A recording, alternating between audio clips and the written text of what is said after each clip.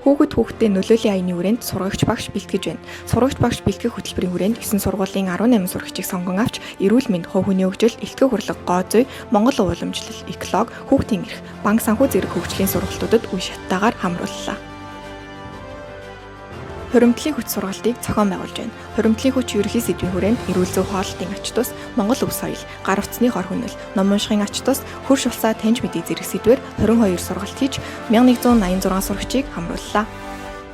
Бүгд найрамдах Солонгос улсын Конжиг сургуулийн Идүү мэт Чингэлтэй дүүргийн боловсролын хэлтстэй хамтран дүүргийн ерөнхий боловсролын багш нарыг хиймэл оюун ухаан, 3D загварчлал, цаасан дорон, дижитал технологийн сургалтад үе шаттайгаар хамруулав. Мөн хүүхдийн цуслангийн ажлын даалгаврыг боловсруулж байна. Чингэлтэй дүүргийн засаг даргын тамгын газрын бодлого төлөвлөлтийн хэлтээс хүүхэд хөгжлийн зохицолбор улсын төсөвт үйлдвэрийн газар хамтран ажлын даалгавар боловсруулан ажиллаж байгаа бөгөөд цуслангийн зураг төслийн ажлыг гүйцэтгэх бэлтгэл ажил 80% байна. Улсын хурлын гишүүн Батцөмөрлийн нэрэмжит уншдаг хүүхэд хөгждөг ном уншлагын уралдаанд Чингэлтэй дүүргийн ерөнхий боловсролын 4567 сурагч баг ангиараа болон бие даан оролцож нийт 2387 номын тэмдэглэл ханын самбар ирсэн бөгөөд сурагчдын бүтээлээр үзэсгэлэн гаргаж 2 шаттайгаар шилэг бүтээлүүдийг тодруулан ажиллалаа.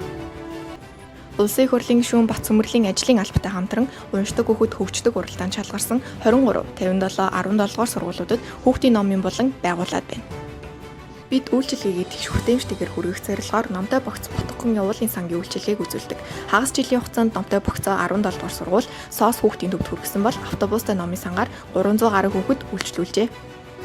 Сурагчдын хин нэгэнд хэлж чаддаггүй сэтгэлийн үг мэдрэмжийг нээж тэдэнд тулгарч байх асуудлыг тасн түрэгчдэд хүргэх зорилгын хүрээнд намайг сонсож захидлын харьцыг дүүргийн ерөнхий боловсролын сургуулиудаар аялуулан захидлын харьцагт нийт 150 захидал ирсэн бөгөөд одоогоор 14 захидлыг пэйж хуудасаараа дамжуулан нийтэд хүргэлээ. Бид анхудаа Ботгон хүүхдийн сэтгүүлийг эрхлэн гаргаж хүүхдийн баяраар ихний дугаарыг нь хүргэлээ. Оны бэрхшээлтэй хүүхдэд зориулсан барайл номын тоог нэмэгдүүлж номын санж, наран туяа, зол заяанаар лусын бяцхан дагин, санхүүч хэрэм мөнгө гэж юу вэ? Анхны урамтлал зэрэг номыг барайл үсгээр хэвлэж ажиллав. Хүүхдийг зодож шийдэх эсрэг өдрийг хүүхдэн нийслэлийн Чингэлтэй дүүргээс шийтгэл бол шийдэл биш аяныг уламжлал болгон зохион байгуулдаг бөгөөд Чингэлтэй дүүргийн хүүхэд хөгжлийн зохицолбор энэхүү аяны хүрээнд хүүхэдтэй нөлөөллийн хөтөлбөрийг сурагч багш нар шийтгэл бол шийдэл биш сэдвт хэлэлцүүлэг болгон рилс уралдааныг зохион байгуулан ажилласан юм.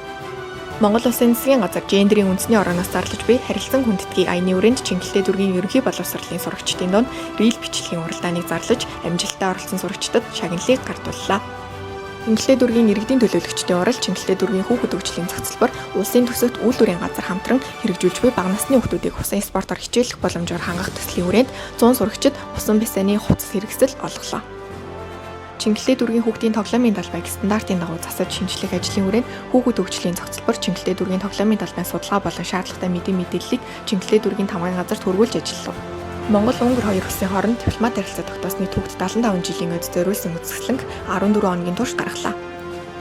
Дэлхийн номын өдрөөр Чингэлтэй дүүрэгт үйл ажиллагаа явуулж буй төрийн болон төрийн бус байгууллага хувийн хвшлийн номын сан ерөнхий боловсролын номын санчдыг хамруулсан өдөрлөгийг зохион байгуулав.